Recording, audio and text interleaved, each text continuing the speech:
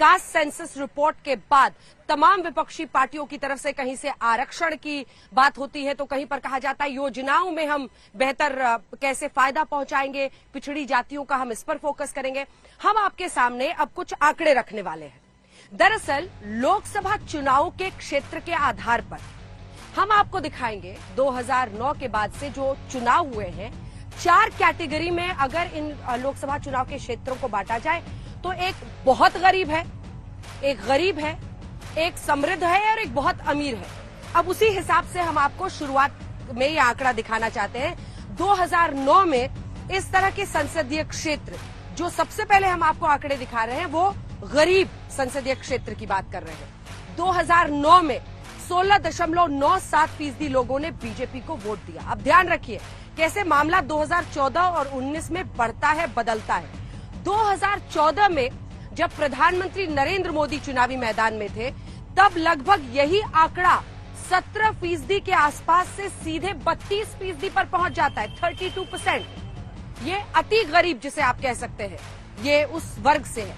2019 में यही आंकड़ा फिर बढ़ता है और ये 39%, 39% पे पहुंच जाता है।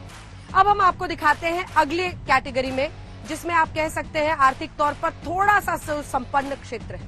उसमें अगर आप देखेंगे तो 2009 में करीब 23%, 2014 में ये आगे बढ़कर 36% हो जाता है, 23% से सीधे 36% पर पहुंच जाता है।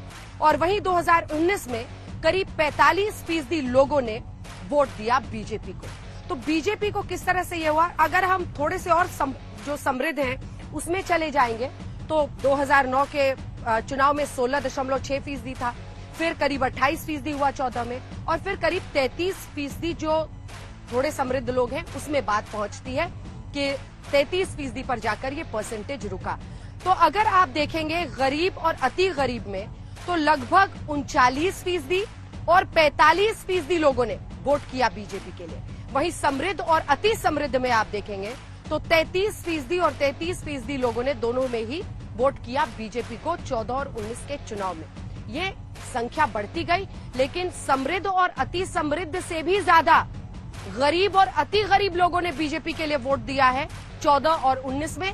ये आंकड़े इस बात की तस्दीक कर रहे हैं कि इलेक्शन कमीशन ऑफ इंडिया की तरफ से जारी किए गए आंकड़े हैं। अब हम आपको दिखाते हैं, कास्ट की बात हो रही है क्योंकि पिछड़ों को अपनी तरफ करना एक वोट बैंक के तौर पर बहुत जरूरी है। डू और डाई की, आर या पार की स्थिति है तमाम पार्टियों के लिए। कैसे, हम आपको बताते हैं। दरअसल 2004, 2009, 2014, 2019 4 लोकसभा चुनाव आप देखेंगे। 2019 आते आते भारतीय जनता पार्टी को पिछड़ी जातियों का यानी ओबीसी का लगभग 44% वोट मिलने लगा। अब उस 44% को अपनी तरफ करने की एक बहुत बड़ी जंग है जो विपक्षी गठबंधन इंडिया को लड़नी है। इसीलिए ये पूरी राजनीति उस तरफ जारी है और पीएम जोर दे रहे हैं कि गरीब सबसे बड़ी जाति है। ये रिपोर्ट देखिए। कल से कांग्रेस ने एक अलग लाभ आरापना शुरू कर दिया है। ये कांग्रेस के नेता कहते हैं जितनी आबादी उतना हक। मैं कहता हूं इस देश में अगर सबसे बड़ी कोई आबादी है तो वो आबादी गरीब है और इसलिए मेरे लिए गरीब ही सबसे बड़ी आबादी है और गरीब का कल्याण यही मेरा मकसद है। बिहार की जातीय जनगणना के आंकड़े जारी करके विपक्ष अभी खुश हो ही रहा था कि प्रधानमंत्री नरेंद्र मोदी ने बता दिया कि जाति के आधार पर गणना करके सत्ता का गणित सेट करना आसान नहीं होगा।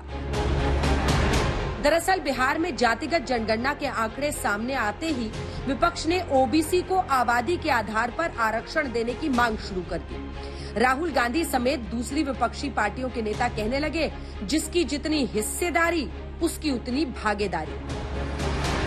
जातिगत मतगणना होनी चाहिए और जो सरकार के संसाधन हैं, जो गरीब हैं, जो पिछड़े हैं, जिन दलित हैं, जिनके पास कम संसाधन है, उन पर ये दिया जाना चाहिए, चाहे शिक्षा हो, चाहे चिकित्सा हो, चाहे पढ़ाई का कोई दौर हो या नौकरी हो। आज भी लगभग 38% लोग बिहार में भारतवर्ष में सबसे ज्यादा गरीबी रेखा के नीचे हैं।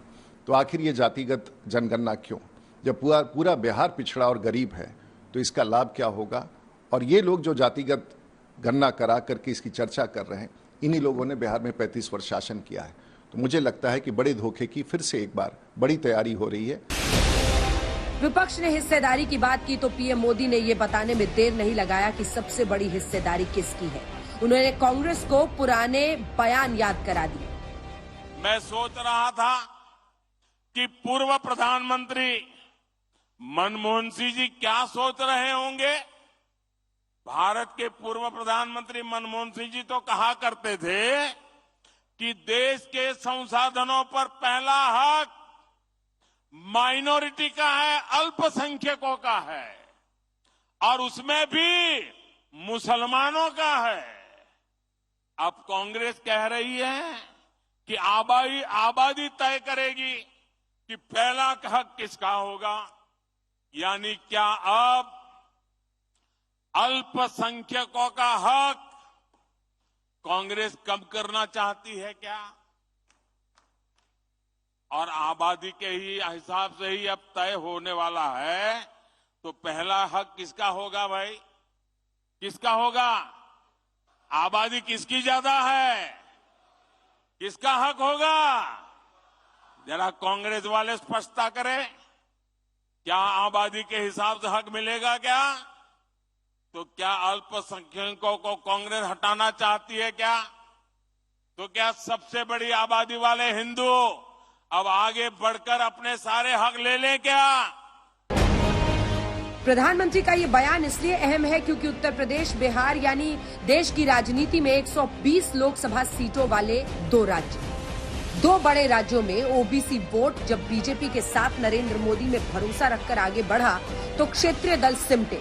बीजेपी के इसी बहुसंख्यक वोट के अभेद्य हो चुके दुर्ग को नीतीश कुमार ने बिहार की जातीय गणना करा के बीजेपी के खिलाफ ब्रह्मास्त्र चल दिया है।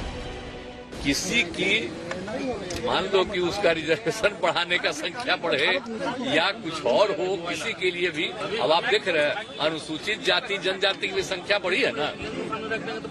16 ना भाई 10 वाला फिगर लीजिए ना, 16% और 1% से थोड़ा कम 1% अब बढ़ करके बढ़ा है ना। देखिए ना फिगर, उनको भी फायदा है तो बाकी सबको लाभ मिले। इस तरह का लाभ मिलेगा। अरे इसी तरह कल सबके मीटिंग में एक बात को रख देगा और उसके बाद सब लोगों का राय लेकर के और सरकार की तरफ से जो जरूरी होगा आगे कदम उठाएंगे। आनन फानन में रिपोर्ट दी कि हमने जातीय गणना का काम करा लिया है, तो कोर्ट में कहना था, फिर आगे चुनाव को ध्यान में रखकर ये लोग कर रहे थे, तो इसलिए आनन फानन में तो किया ही गया है। और इसीलिए हमको लगता है कि इस तरह की गड़बड़ी हुई, इसके पीछे यह भी एक कारण है। लेकिन जाति जनगणना से गदगद विपक्ष को प्रधानमंत्री का बयान सुनना चाहिए। कांग्रेस ने एक अलग लाभ आरोपना शुरू कर दिया है। ये कांग्रेस के नेता कहते हैं जितनी आबादी उतना हक। मैं कहता हूं इस देश में अगर सबसे बड़ी कोई आबादी है तो वो आबादी गरीब है, और इसलिए मेरे लिए गरीब ही सबसे बड़ी आबादी है और गरीब का कल्याण यही मेरा मकसद है। हालांकि ये भी हकीकत है कि बिहार की जातीय जनगणना से बीजेपी सत्ते में है। पार्टी ना तो जाति की गिनती को सही ठहरा रही है और न ही गलत। हम लोगों ने कम समय में सरकार बनने के बाद ही कम समय में हम लोगों ने जानकारी इकट्ठा भी की है। कौन लोग झुग्गी में रहता है, कौन लोग मजदूरी करता है, कौन लोग भूमिहीन लोग हैं, और इस आंकड़े में सारी चीजें आ गई कि किसकी कितनी आबादी है और किसकी क्या स्थिति है। आर्थिक स्थिति का भी जो है पता चला है। जाति यदि तय है तो आम लोग कैसे देख सकते हैं और किस आरटीआई के माध्यम से सूचना प्राप्त होगी, तभी तो इसको 100% लोग इस पर विश्वास करेगा। इसलिए नीतीश कुमार जी की सरकार को जातीय सर्वेक्षण का जो रिपोर्ट जारी किया, इसके मैकेनिज्म को समझाना पड़ेगा। बहरहाल विपक्ष जहां अलग अलग जातियों का नया आंकड़ा दिखाता है, वहां जाति नहीं गरीबी को मुद्दा बनाकर प्रधानमंत्री अपने साथ जोड़ने में जुट गए हैं। आज तक ब्यूरो।